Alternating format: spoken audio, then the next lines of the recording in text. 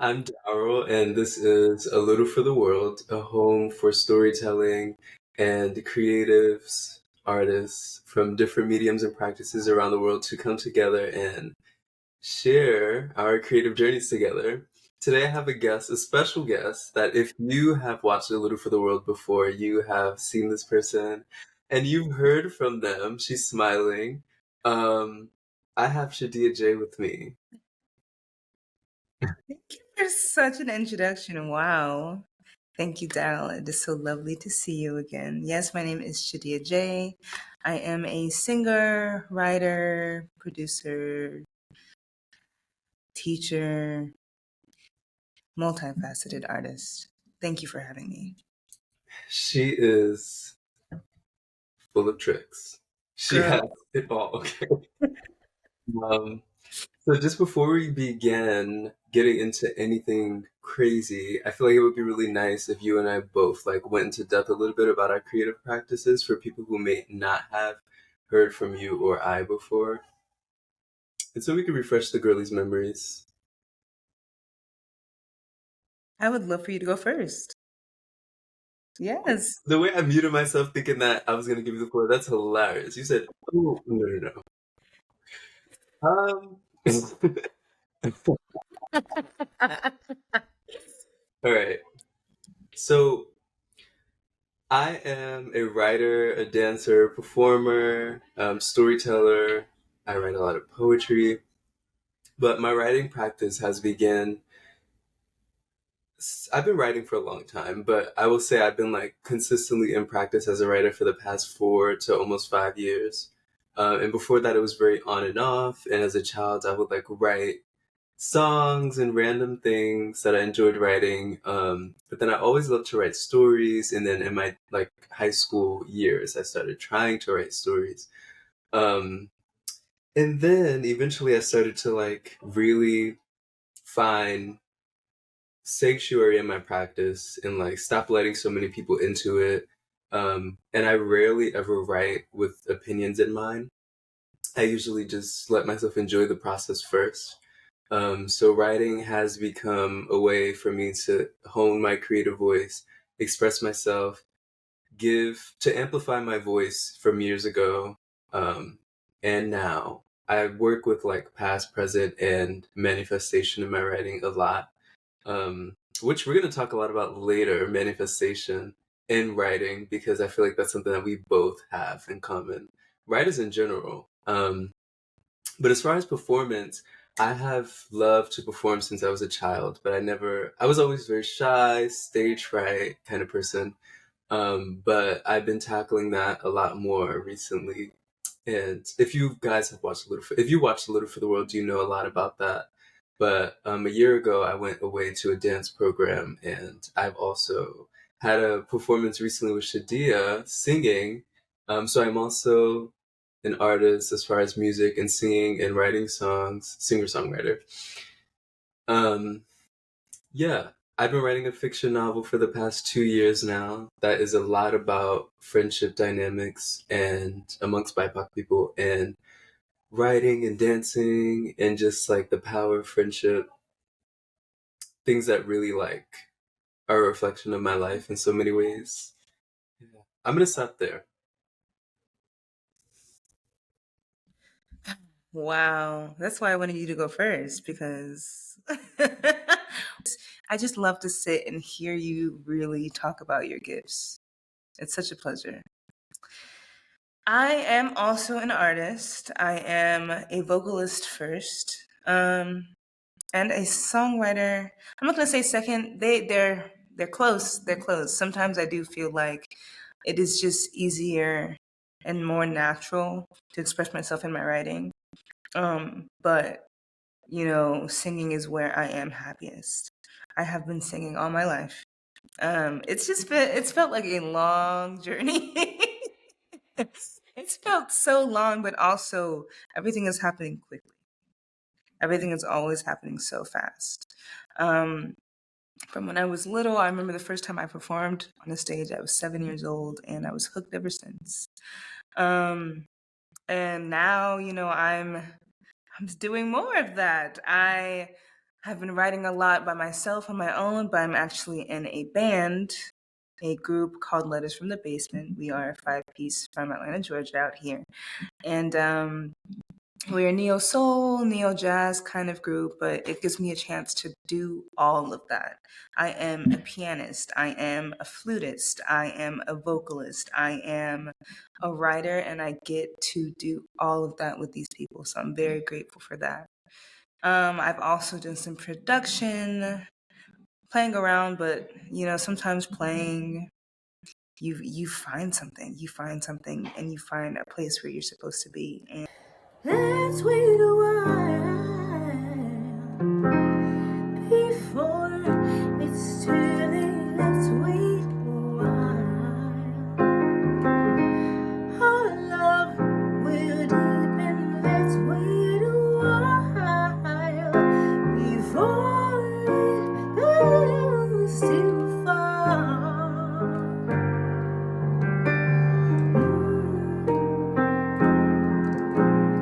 And I do that as well.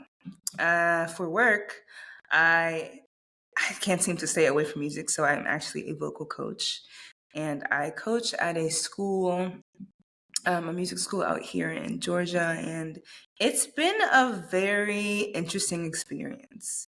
It's been a great outlet to, still stay connected to the pedagogy side of vocal work, to stay connected to the intellectual side, because sometimes it's more reading and it's more technique than it is a feeling, and sometimes you need to work on that.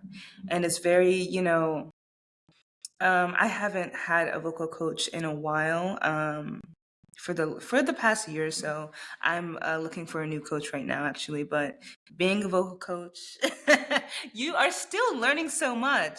I teach so many different people, and there are so many different voices, and there are so many different, nuances of those voices, and it has helped me learn a lot about myself. So I am very grateful for that as well. Oh my God, I'm rambling. Anyway, so yeah, that's what's going on with me right now.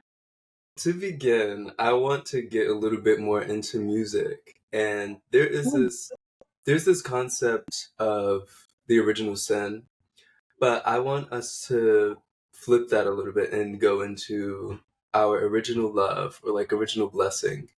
Um, I want us to, we've done this before, but I want us to return to those earlier times when music like found its way into our lives and chose us. You know what I mean? And like our connections to it and how it originated. The original love. So I actually did come from a very artsy family. Everyone does something. We have dancers, we have musicians, we have many, many writers, we have many artists, we have um, pianists. So it started with, I don't know. Sometimes I go back and forth between my mom and my grandma, but these two women definitely were the one who planted that seed. My grandma was a pianist from the age of like something crazy like 5, and she played piano for her whole life. Is that a calling or what? I remember like so long. I'm sorry. I don't know why it's funny.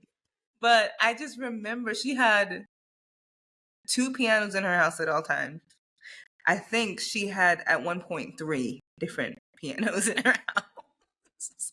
She had to have the electric, she had to have the acoustic. But I just remember going to grandma's house and hearing her play and sing the piano all the time. Every time I would we would go and stay for a summer, we would go to church. She was the pianist at her church. She was the pianist at many different churches, actually. They were like, we need a pianist. Let's give her a call. Period. But yes, she was a big, big, big inspiration for me. I miss her terribly. But I'm just so grateful that she planted that seed from day one. Whenever I could, I just remember being one of the babies banging on the piano. I know they had to pull me off. so I didn't mess up. Yes, exactly. But I used to love to go to grandma's house because she had a piano and we weren't able to have one in my house growing up. And then same thing with my mother. When I got a little older, I noticed that my mom is like a huge theater person, just big into theater, passion for it, drive for it, you know. And when I was little, you know, I remember sitting, you know, in church or in the theater in the audience seats watching her rehearse, watching her sing these huge songs on stage, watching her deliver monologues on stage, you know, after school. That was my after school special.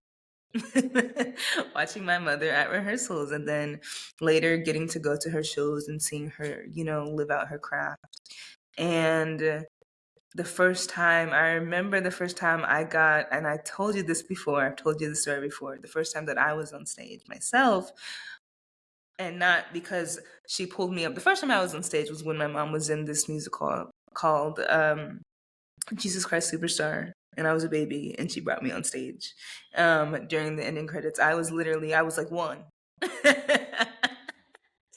But that happened a few times. I've been in a few movies with my mom doing some extra work. But I, the first time I was on stage and I wasn't, you know, doing background work, I was 7 and it was at a family reunion.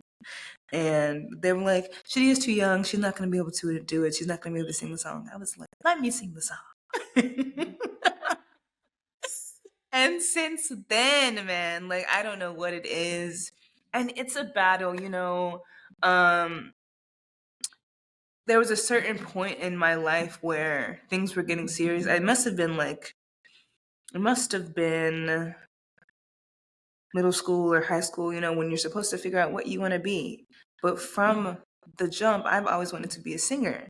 But they're like, how are you going to monetize that? That's not, how are you going to live? That's not ideal. That's not realistic. And so I tried to go do things. I tried to go find other things to do. I did. I I mean, I wanted, you know, I tried to get interested in psychology. I tried to do all these other things that would make, you know, more sense and be more obtainable. Um I joined band because I was like, well, I need something musical. So I learned how to play another instrument. Um And I did. But I always end up right back here pursuing music. So, several years ago now, I have decided to just, you know, listen to my calling and stop ignoring it because I always end up back here. So, Period. That is always like, how many times do I have to bring you back to the show for you to realize we're waiting? What else we need to do? What else we need to do? But there's so many things that you said that made me think. Like when you talked about seeing your mom in rehearsals and on stage, it makes me think of like Tracy Ellis Ross and like her mom is Diana Ross. Like that's crazy. And then to then form your own identity for yourself, where you then become a very iconic person, like that. I also, you know, I never knew that that was her mom. I grew up watching Girlfriends with my grandma and like my aunts, but I never knew until like a few years ago that Diana Ross was Tracy Ellis Ross's mother. And I just love because I was obsessed with my mother when I was little, and I would love to watch her do things like get ready to go out and like, and being an only child, I've always been such a mama's boy as a child, and like I wanted to do everything that she did. And when we would go places, I would just watch her like walking around this like in her heels, like just she was just so fabulous in her 20s. yeah. I just wanted to be like that. What you said about like trying other things, because you know people fear uncertainty, and that is something that I am constantly having to shake.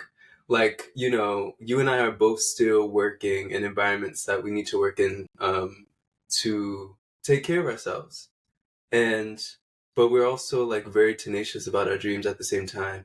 And sometimes I find myself having a little bit of a tug of war moment where I'm like trying to pull myself back into my belief system because the world doesn't always reflect that, and everybody's on go, and sometimes I'm very sensitive, so like sometimes I forget um how important it is to remember that you don't have to take everything around you so serious just because everybody else feels like there's nothing else, because there is. But like sometimes it gets so, especially this summer, I feel like it got a little bit harder. But having friends like you in my life and like my creative practices and just this reminder that like there's times where I'll be so fucking exhausted that I forget.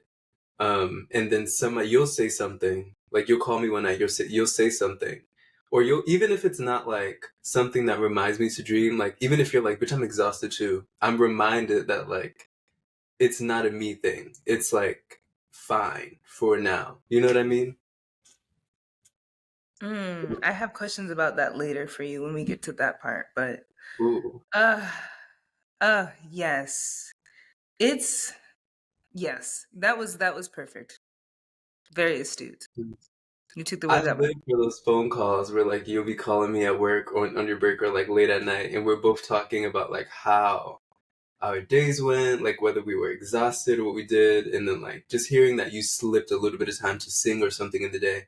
Like it's just so important. Like even if you have like 10 minutes or 15 to 30 minutes to an hour, like just reminding your body and your mind that like there's something else that Oh, like matters to you is so, you always say this word, so vital. oh, Um, yes. and when you also, you said something about looking for other things, and it's crazy because you could do anything. I feel like you're the kind of person who like can do whatever you put your mind to, literally. Um, but like the dreams don't go away ever, and so I'm happy that you And the know that. fact that I tried to listen. Like I thought it would be the right thing at the time, and now here I am, and I'm just like, imagine if I was in a place or in a job where I hated it, and I have been there, and I have done that, and I'm just like, life is already so hard, and it's short, but it's so long. You know, the parts that are long because they're hard, and there are tests. So you have to have something that's worth it, Mhm. you know? Yeah. I wanted to move on to aspects of relation to music, and I mentioned earlier that music has found its way in our upbringing, in our culture. It's also something that we find safe havens in. It's also a sense of freedom, and also something that can be used for compensation, and also unity. And speaking of unity, you are in a band. And you mentioned that earlier. You are in a band now. And I mentioned manifestation when we started recording. And the theme song of this web series is called Bear by Shadiyah Jai. It is written by her and it is her voice. You wrote the song for me when we met at the time as a message. In the song, you say, write a song in company. And I mean, there's so many things in the song that you manifested, but you are literally in a band, and you went from then to to trusting more, you know. And even in our last episode together, we talked about trust and how that is difficult. And you were like, I wish us both luck in that department. And you are literally sharing, you're not only writing songs with people, but you're sharing your songs with people and letting them and trusting them to create music and sing your words. Um, but yeah, how is it? What is it like sharing stages and writing music and sharing your music in an environment with people, you know, in that intimate way with four other people? Uh, wow, we've come far. We both have in the sense of, trusting someone with something so protected, something so close. We have come far. Because yes, we are entrepreneurs, but we don't have to do everything. It is not, we don't have to do everything. Yes, it's useful to be a jack of all trades, but my goodness, if you can trust, it gets easier. In the beginning, it felt difficult. It was strange. I've been in relationships, not quite so big with so many people, but I've had partnerships with other people who were dishonest, who may have tried to take some of my work for their self, like things that I really, really needed to protect myself from. I've been in many different kinds of relationships like that. And then to I don't know. I have always wanted to be in a group. I have. And I know that I don't know, it's something different. We met on Craigslist, which is crazy. I always tell people that and I laugh because why was I there? I don't know. But we met on Craigslist and it's crazy how tight this group is, how tight knit this group is. And at this point today, we have rehearsals twice a week. It's like clockwork and we work together well. And it's been a while. So I'm not saying it was like this in the beginning, but now like there's a trust there. There's a trust, and instead of clinging on and saying this is mine, da, da, da, da, da, and feeling like I have to protect this baby, my work, I can share it and I can watch it grow into something even more amazing. And I trust these people because they are such, I mean, amazing, amazing musicians, all of them. And it wasn't easy in the beginning, but now it's just such a safe place. And it's such an amazing place to be able to, have a dream or idea for something and seeing it become something so much more, something that you couldn't even dream of. And it is nice. On the other side of it, it's so nice not to have to do everything alone. Something about this union, this group, this one feels like, we're getting something from this and we're all on the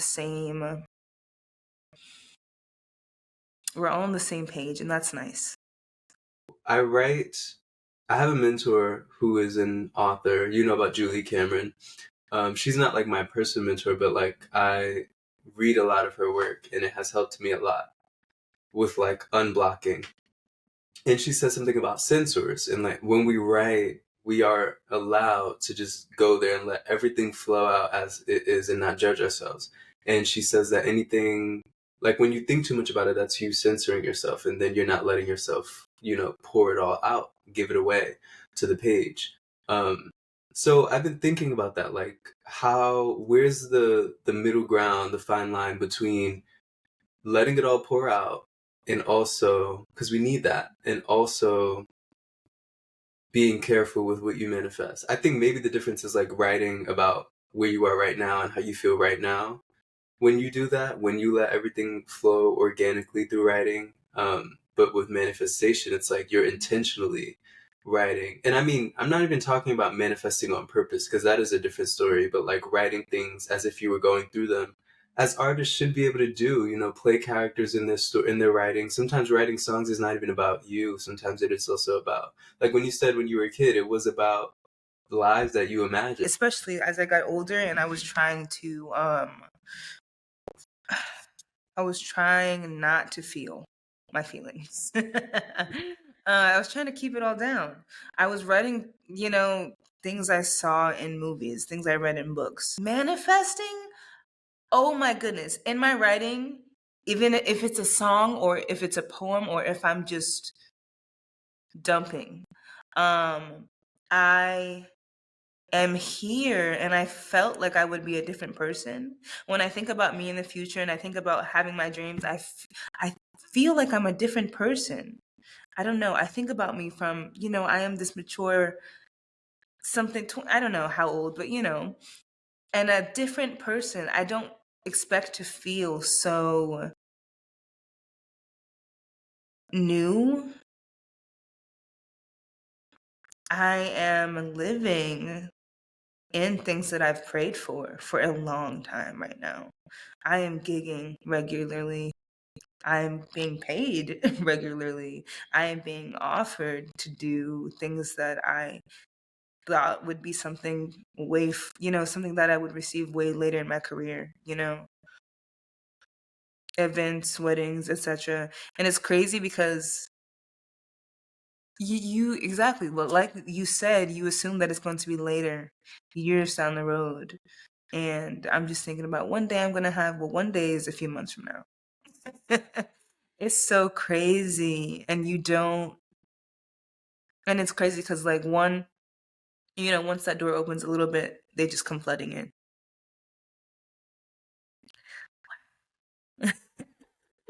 It's crazy. Thank you for this because I have not reflected like this. And it takes me so long to realize, well, yeah, I did ask for these things and now I have them.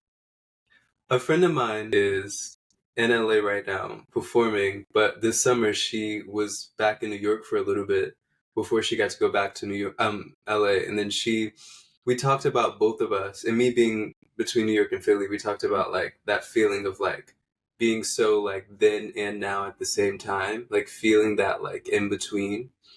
Um, and how frustrating that can feel, like still feeling like you need to work out things that once held you, but then also like journeying towards something at the same time. It's like it can feel so, sometimes it feels so out of place, like what I believed, what I thought was right, what was all this, these senses of safety I had lost or chosen to let go of some friendships within the past few years. So a lot of these things were comforting, they were blankets, they were safety for me. I've always been in group dynamics because I needed subconsciously that sense of safety, that like nothing that I see on TV or things in the world can touch me because I am not, I'm me and I'm safe and I'm, protected and I'm in these dynamics and nothing can reach me. But now that I am risking it all and giving away the things that I've always thought I needed the most, I am starting to, that saying that what we fear is not failure but more so our power is so true, and I'm starting to feel that a lot. But I did want to mention something that you always say to me. You always say you are a young Black creator. And I want you to talk about why that matters so much and the value in that. Because I don't think a lot of people know. Whenever I'm in doubt or like I fear what's coming next, you remind me of that. But I want you to like talk about the significance of that. And especially you. I always think about you and I think about a few other people and sometimes me, but you are young, Black, and gifted. And sometimes I'll say, you are a young, Black, and gifted creator in New York. You have this amazing place at your disposal and you are magic. You are gifted. You are chosen. And you can do anything. You were raised to be resilient. You're not hearing me. You were raised to be resilient. So all of the stuff you're going through, brush it off, okay? Keep going because you are young, Black, and gifted. Oh my goodness, give me 1 second. That just means to really look within and realize your power, you know? Sometimes we get so wrapped up in all of these other things that are testing us. And these tests are long, and you have to realize that you had it in you all along to keep going, to keep your eye on the prize because we're resilient enough to practice the gifts that we've been given and to obtain our goals. And that's just a reminder. Ooh, Because listen, I am young, Black and gifted. Young, Black, gifted, and gorgeous. Outside of Atlanta, I can create anything right now from scratch. wow. It's so good to know that. Because for a Ah, long time, I didn't know that. Even like just my personality alone and my passions, I've always thought everything outside of me was bigger. And I still feel that way a lot of the time, but I'm starting to not give too much away to what is surrounding me.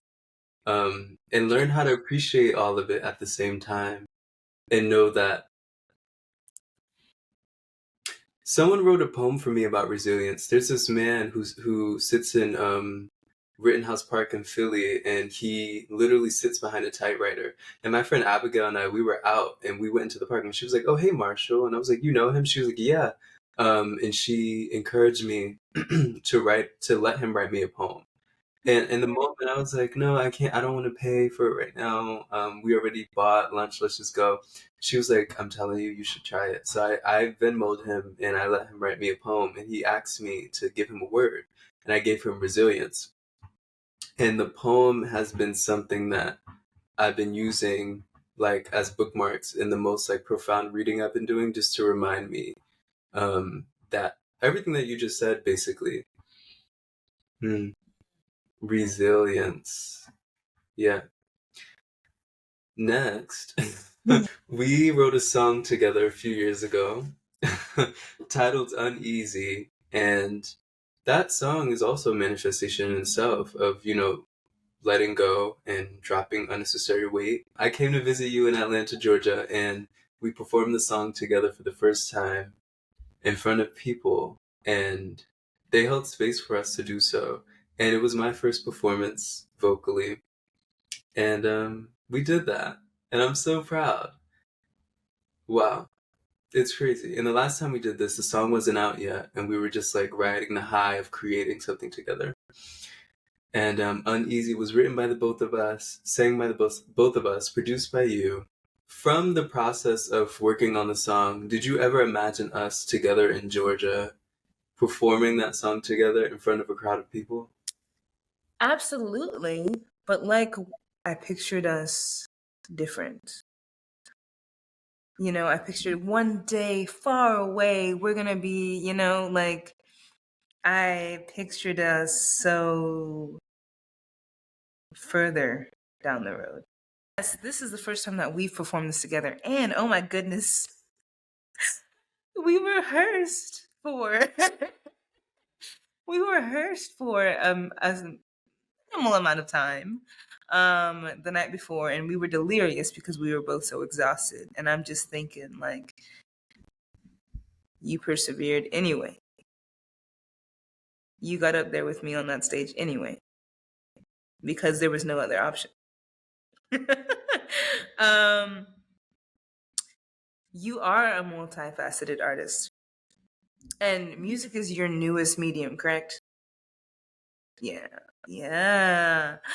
When you visited me and you got on that stage for the first time, what were you feeling in that moment? In that moment. In that moment, when we got on the stage, I felt the trigger first of wanting to hide, that thing inside of me that's like, oh shit, shit, shit, shit. I think I did well with the I'm doing this period part, you know? But like we talked about this, believing in ourselves in theory. And then in the moment, I was like, but I'm very glad I did not freeze up. But I do think I engaged a little bit less than I could have. I think that I'm a very humorous person and I want to let that show more. Like, there are people like Duran Bernard, Nick Rashad Burroughs, two of my favorite black male creators who are part of the LGBTQ plus community. And they're funny as hell. And not only can they sing well and they write well, they also take real life experiences and also simple things. Like Duran will sing about something so simple as sitting on the couch. Um, but Mm. they use their personality to bring these things to life. And I really want that for myself. Like, really, I know that there's so many different things that can blend to make me a better stage presence. But it did teach me a lot about engaging with people. And after we got off stage and we went to go bring your piano and your stand back to the car, when I came back and sat down, no, as I was leaving with your piano on my back, someone went on stage and they were asked about confidence or something like that. And the person was like, what you put out is what people will feel. How you're feeling on the inside is the vibe people will get from you. And I was thinking about that, like when you don't feel good or when you don't feel confident on the inside, um, sometimes they may read as indifference or lack of interest. And I never want that. Like, I want people to feel like they can really, I want it to feel tangible, you know? And I did better than I would have a year ago, though. I will say that. I'm very proud of that. But I was thinking a lot in the moment. But I felt good about the fact that I had rehearsed, even in New York, before we went on that stage. And I'm glad that Uneasy did not, because when we made the song, I tend to think so ahead. I'm a very excited person, and my brain gets very delulu, which can be a very beneficial thing. But I was like, oh my God, this is it, you know? And I wasn't saying that to you to the extent of what I was feeling. But I think sometimes things happen sooner than I expect, but sometimes they happen way later. And I think I'm learning to be okay with that and know that uneasy will find its footing in the world. And yeah, I'm gonna stop there because Yeah, and I know we've spoken about this already, but I do just want to say you have amazing inspirations. The two gentlemen you name in particular have been doing this for a long time. How many times have you sung on stage? That was once, amazing.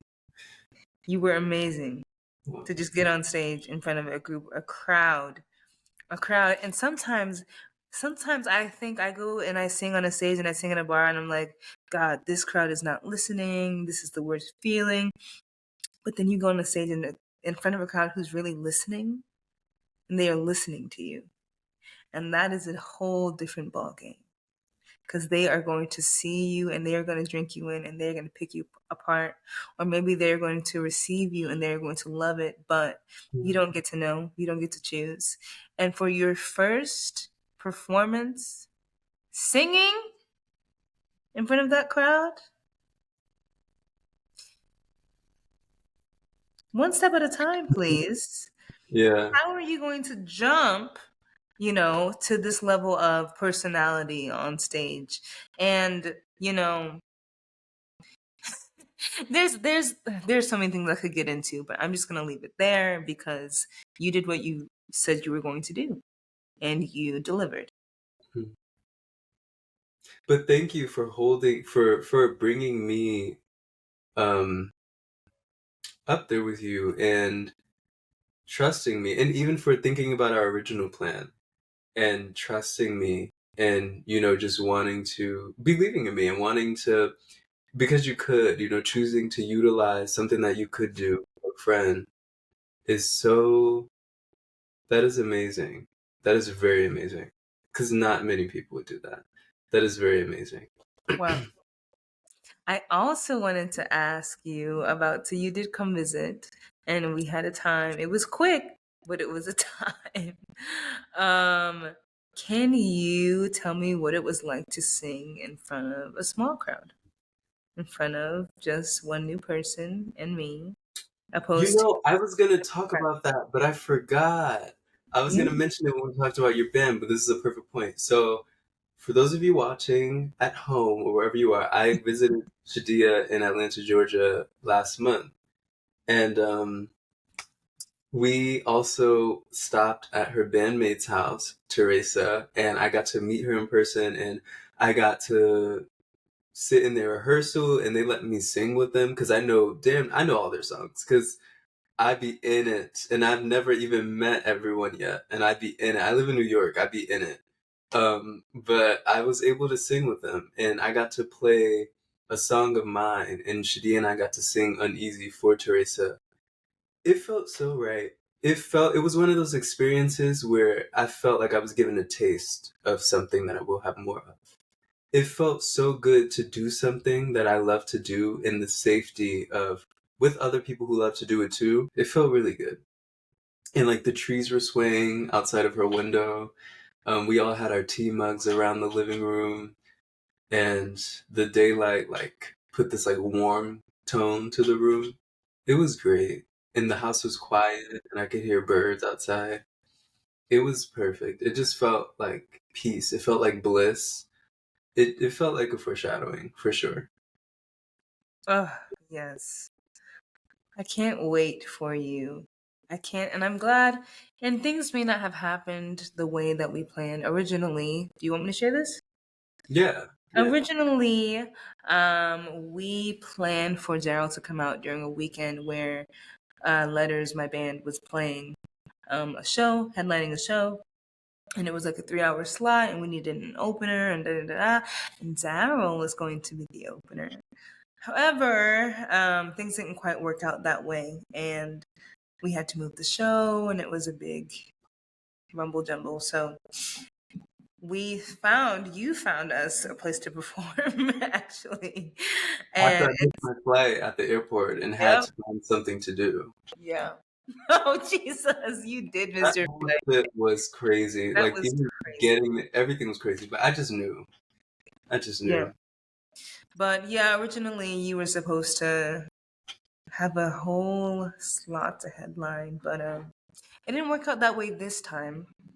The next time though, you'll know what to expect more because I know that I think that was a great dip in the water for you for your first, vocal performance on stage. And you'll be doing work in New York and in Philly. And the next time you'll be ready. But I also would love for you to just see what there is, go out, explore, meet musicians.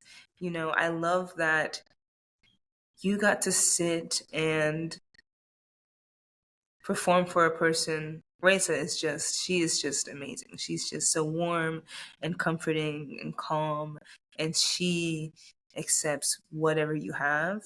And I mean, it's just always was just such grace and such love. So I'm glad that that was the new person, the external, outside force Yeah. that was receiving you. And even though, things may feel unfinished or what's the word, bare, Mm. it was beautiful. It was beautiful. And one day, though, you're going to get to perform with a band. You're going to get to perform with a five-piece instrument Mm. accompaniment. And you're going to see what that feels like as well. And you're going to be ready. What's so funny is that when I share my song with you guys, you will see. Teresa was like, "That would sound so good with the band." Like, imagine if you had a band. We're always thinking like I don't know, it's hard. I love and I'm definitely gonna, save moments for a nice acoustic moment every now and then. But when I'm writing things now, I'm just like, ooh, I need the bass to go like this. I want the drums to go like this. Mhm. I need the guitar to go like it's crazy. uh, yeah. Oof, I imagine that song with bass. Like even I when I wrote it, I would love that so much, especially for the spoken word part. Oh my gosh. Um, yes. Ooh. but speaking of my trip to see you, and you mentioned our park trip where we walked through the park and we took a moment by the water before we performed. That was a good little clearing to get us ready for that. Yeah. But I want to share something. I don't even think I ever shared this. I'd be writing things and don't say anything. But I wrote this about our park trip, and it's already on my website and everything weeks ago. I just never said anything. Um, but it's very short. I just want to share it with you. It's Ooh. called. So I did an Atlanta series on my website, just pieces that I wrote from my trip, and I did the same with London last year. So if you want to read that on my website, anyone watching, darylspearman.art, you can click on writing and you'll just find like the Atlanta series. This one is piece number 3. It's titled Floral. Your floral your I can't speak for some reason.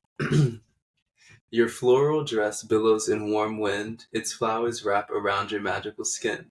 As you wander the forest, leaves float in water inches away from you. You are filled with eternal youth as long as you are creating from your heart. You are light and love. You are many songs meant to be sung. You are free. Watch the sun shine on me and know that it is a reflection of how the sun shines on you. Very short, very short. I wrote a lot of short pieces while in Atlanta. I don't know, So everything just felt beautiful. simple. That was so gorgeous. Wow. It was a quick trip. I wish we had more time to really just. We will. Yeah, We will. for But I'm sure. so glad that you got to kind of see, snips of my life, and I'm so glad that I got to share those things with you. Yeah. Next time I have a little more time to just fuck around and eat more and do Yeah. all the things. Um, I mean, we were eating, but we were eating. That's one thing you never have to worry about though. Um, Well, I also want to ask you something about fear. I've been reading work from Julia Cameron, as I always am, and she says fears are not facts. What is something that used to frighten you so much, but you find yourself doing it a lot more now, and you're like, wow, I'm fine. Going on stage. Mm, I'm sorry to be this one trick pony.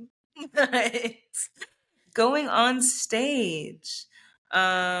I've had such a relationship with being perceived, being looked at, being seen, really, really seen. Um, and I still have, I mean, nerves and anxiety, and they all jumble up, and I still have feelings. But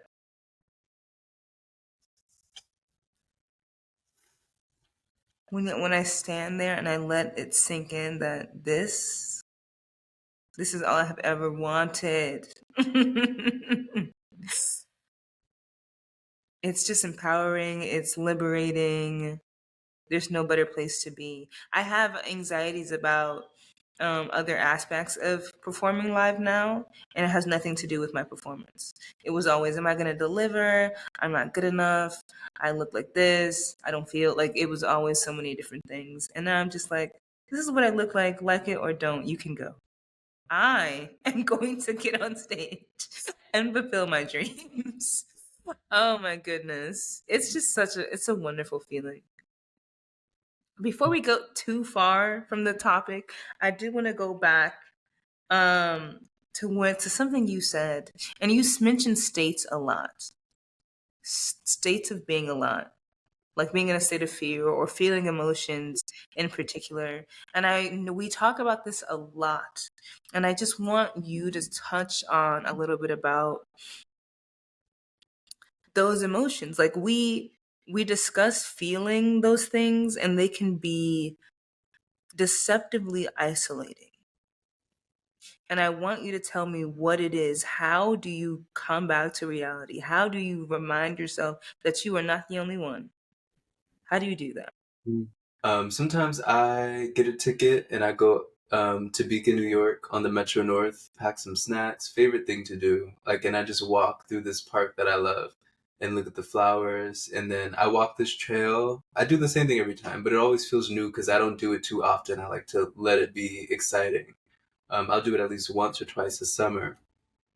And then I sit by the water and like just let everything feel fine. And then the train ride in itself is so nice because like you're on the water the whole time, and I get to just listen to my favorite music, read, or just watch. And it's just really nice to like imagine different things and being better, feeling better. Speaking of overthinking, I Hmm? could not move forward without asking you about our favorite girl in the world, social media. Um, how what are some ways, because social media, okay, social media Sorry. around the world. What do you think I was gonna say? I don't know. Social Um, media has its pros and its cons. We all know this. We can all say this. People who, if they did not have to, I am somebody. If I did not care about sharing, and if I did not care about, you know, sharing, period, I would not have it. Um, yeah. and I want to talk about that tenacity that we have and not allowing responses or lack thereof, or views or lack thereof, or opinions or lack thereof stifle our belief in our creative voices. For a while now, you've been posting covers alone and with your and music from your band on Instagram. And can you share those social media accounts, by the way, for people who would like to go check you out? The band Instagram is Letters from the Basement Music. Sounds how it is spelled, Letters from the Basement Music. My personal Instagram is Shadi underscore J, SHADI underscore JAI. Mhm. And it is an occupational hazard. there are 5 of us in this group, and when I tell you, and we have, we're starting to get like more organized, and we're having a meeting today about it actually, because there are 5 of us in this group, and pretty much, yeah, like 4 out of 5 of us don't care for social media, but we can't make, the one person do all the work, so we're trying to. Anyway, so the Letters from the Basement Instagram is still up and coming. My Instagram has a bit more content on it because I've just been doing it for a longer amount of time, and I took a break, but I literally I just started back filming today, so you'll have more content soon. But yes, it is a hassle. It takes mental fortitude. Because especially after this break, and I kind of wish I didn't take it, because after a certain time of posting these covers, I'm like, it might get 12 views. I don't care. I got to the place where I just didn't care, and I knew I'm this person. I am this gifted person who has a calling, who is just trying to share the voice, who's just trying to share the message.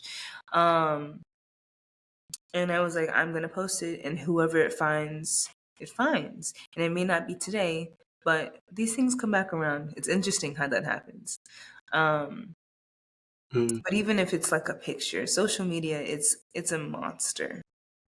It's hard. Because you, like, for instance, the other day I posted something that I wasn't sure about. I posted it anyway.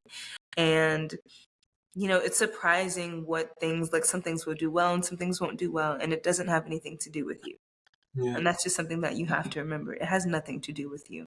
There's an algorithm, there's a specific science to the time of day, to the, if you want your feed to see something, you post at this time of day. If you want it to be reached by people not in your area or people who don't follow you, it has to be posted at a different time and in a different way. And it's not about you. You are gifted, you are special, you are right. You are right to share. You are right to want to share your work and your art. Do it anyway.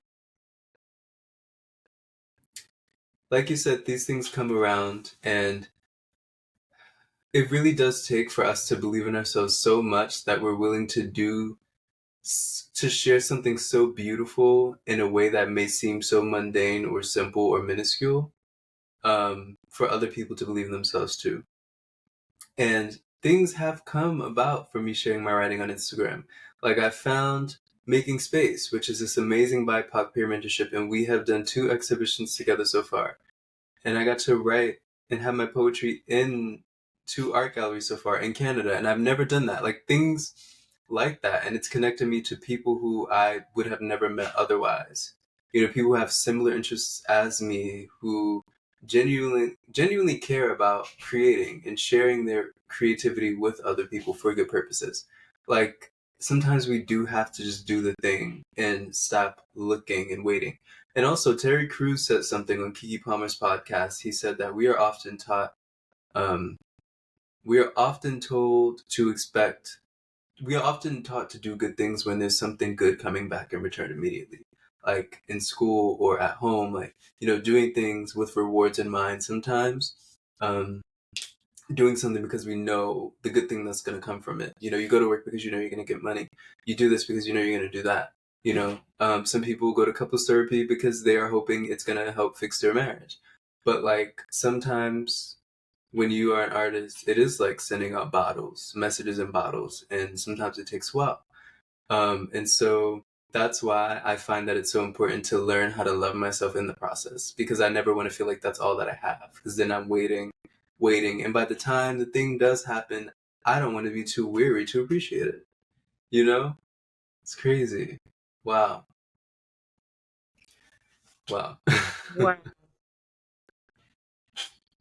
Messages in bottles. That's screaming into a void. Yes, that's exactly what it is. Yes. So at this point, I think it would be nice to continue the segment that we have done the past few seasons, a little show and tell moment.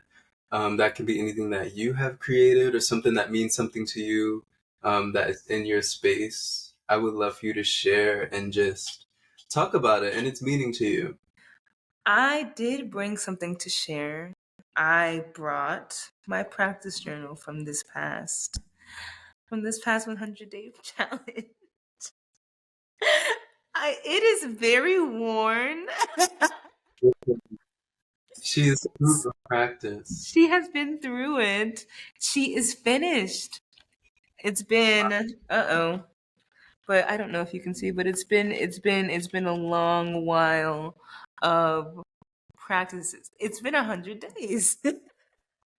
And it goes so quickly. And I just want to say, so yeah, my job was actually what got us doing this. My job, I work as a vocal coach, but at the job they teach every instrument you can think of. And the school does incentive programs for the kids to actually do the work that they're assigned.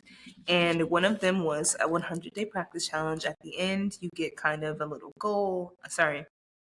At the end, you get an award for the goal that you set. So in the beginning, I had my goals and my beginning and my end date there. And this isn't the first time I've done it, but I have journals waiting to be used because this is a habit that will never leave. There was a point in time, and you'll see like towards the end, my writing gets a little more sparse than, the beginning was full. But that's because there were days where I didn't write my practice as I was doing it. It was kind of like a recap. And I just love this person I've become. It has made my days so much more enjoyable, so much more full. I am vocally in the best shape I have ever been in because I have worked every day. I practice every day. And it doesn't feel like a hassle. And it doesn't feel like it's just something that is in my day. And when I tell you, before I wasn't doing this, before I would practice, it would be, oh, today's Friday, I can practice for 5 hours today and not practice until next Thursday. Like, I don't know what I was doing before this. And it's been more than 6 months since I've been practicing every day. And I don't think I could ever go back. Even if I don't record it right away, I'm practicing and the quality of my life has changed. Way before I was even practicing. Like, I think back to high school or back to freshman year of college, and I think back to when I was working jobs that I hated, and I would come home and I would be depressed and go to sleep. And I would wake up and do it the next day. No wonder. No wonder you were sad. You have this calling and this gift that you're supposed to be practicing and using so that you can make something of it, and you're just going to a job that you hate and going to sleep if you don't get up. This is what I want to show you. It's empty. This is a reminder that the present is a gift. This time is a gift. Like, I've been having more revelations than I have in a long time and learning about what I want, period. And whether that be in people, in myself, in my life, habits, all these things. And it's not easy at all. Like, I feel like I'm failing, but I also feel like I'm doing great at the same time. Things that I thought I knew tend to not be true anymore. It's crazy. I feel like I'm recreating things. Yeah. Alright, girl. Thank you so much for taking time out of your day to do this with me again, a third time. And it's just always nice to like document our growth and for people to know that it is okay to go at your own pace, find your own path, and you will find people, you will meet people. You will meet people by choosing to be yourself. The right people. Just wait, they're coming. Thank you for having me. Thank you so much. I'm Daryl, and this has been A Little for the World.